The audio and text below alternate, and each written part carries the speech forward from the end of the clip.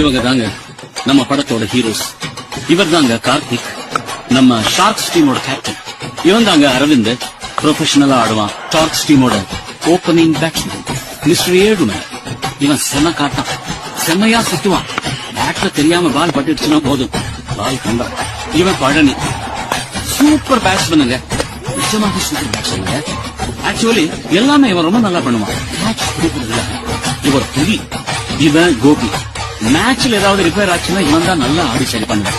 ஏன்னா கிரிக்கெட் இவன் ரத்தத்திலேயே ஊறி போன விஷயம்.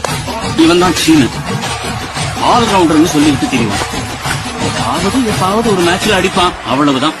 அறிவழகன், அறிவுன்னு கூப்பிடுவாங்க. காலேஜ் ஸ்டூடெண்ட், நிஜமாக சூப்பரான ஆல்ரவுண்டர். சண்முகம், ஷார்ட்ஸ் டீமோட இன்னொரு பிளேயர், நல்ல ஃபீல்டர், செம பிளேயர்.